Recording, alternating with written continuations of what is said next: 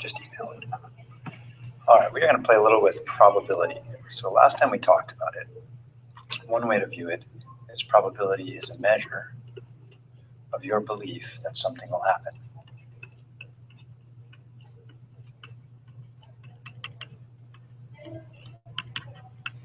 So we got to talk about how we measure that.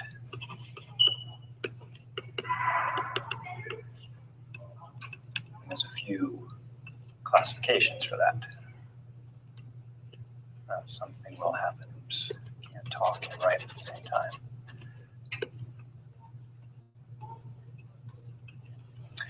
So if I flip a coin, I believe that either I will get a head or I will get a tail.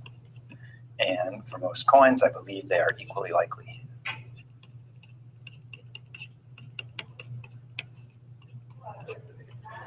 I'm just as likely to get a head or a tail. So this is what we call a theoretical probability.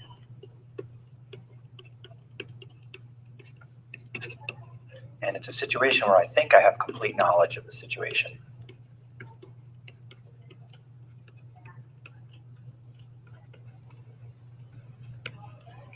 On the other hand, if I were trying to shoot into a basket,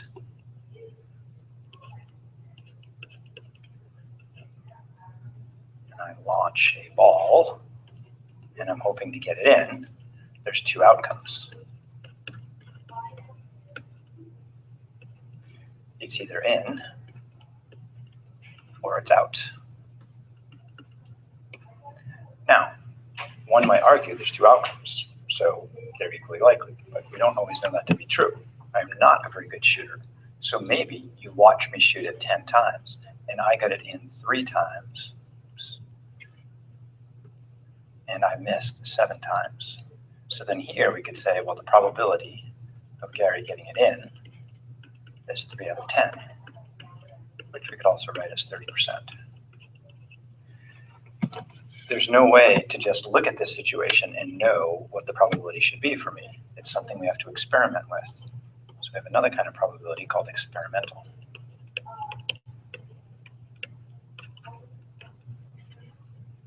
So 2 kinds, theoretical and experimental. With theoretical, I have complete knowledge of the situation. There's 2 heads. I believe that I'm as likely to get a head as a tail. And so the probability of getting a head, I believe to be 1 out of 2 possibilities. So in both of these scenarios, theoretical and experimental, the probability of something happening is the number of successes divided by the total number of things that can happen. In this case, it's total trials. In this case, it's total outcomes. So same idea. So the way we measure probability is by number of successes, or something about successes, and something about total possibilities.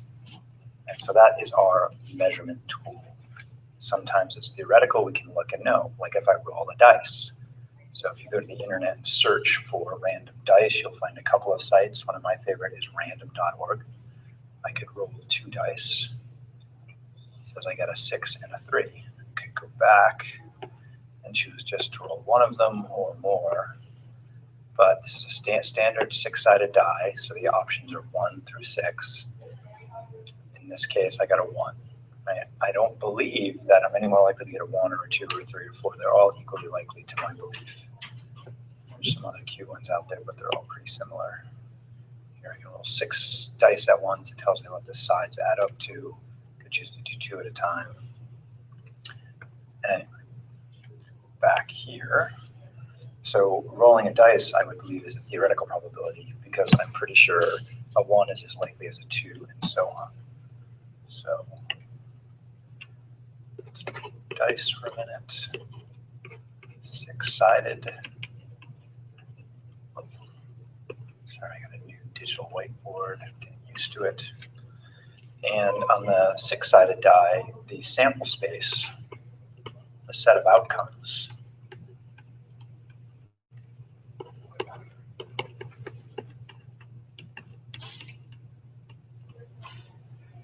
is the group of numbers 1, 2, 3, 4, 5, 6. And I believe they are equally likely.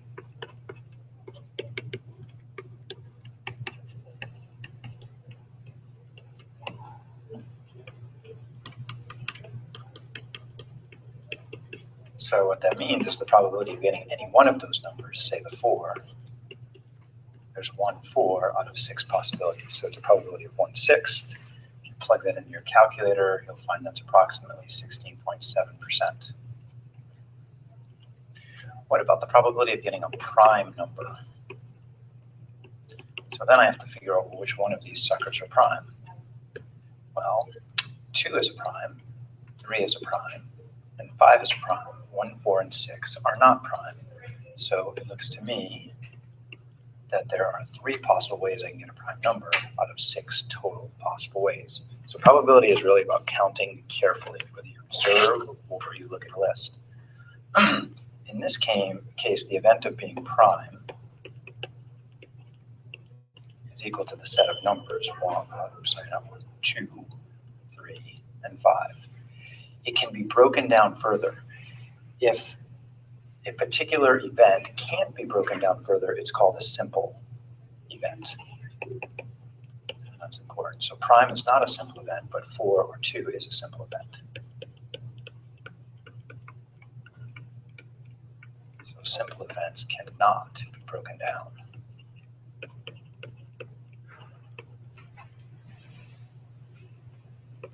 And that's important. I could ask, what is the probability of not being prime?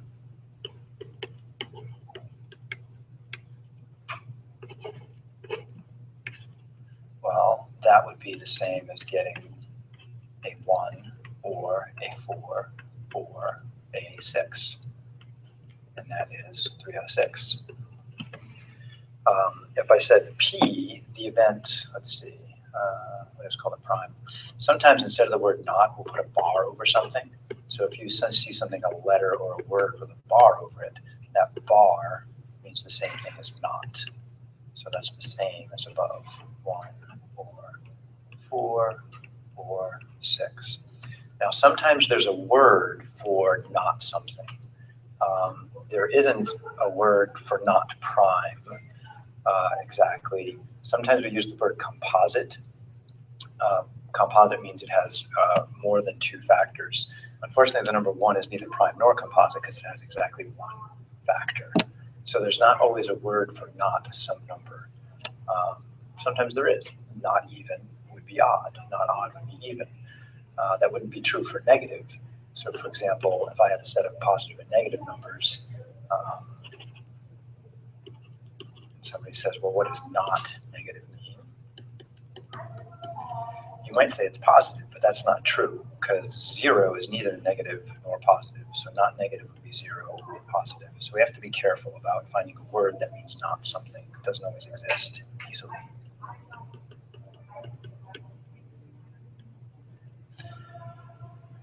Let's see, some other things about probability. Sometimes it's a whole different class of probability besides theoretical or experimental.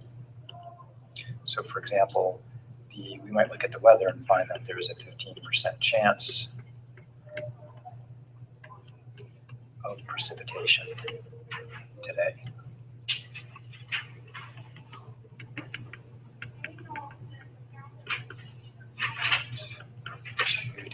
What does that mean exactly? Well, it's not something I have complete knowledge about because the weather's a pretty complicated thing.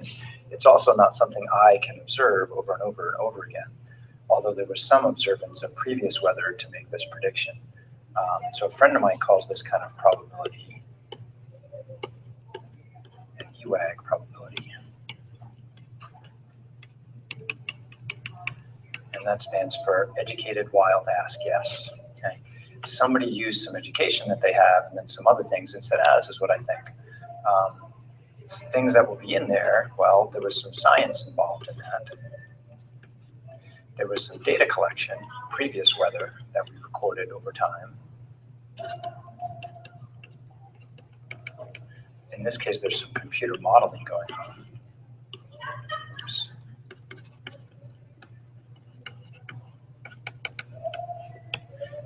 and an opinion. Right? So that's a whole different kind of probability. Earlier, I called that in class the expert's opinion.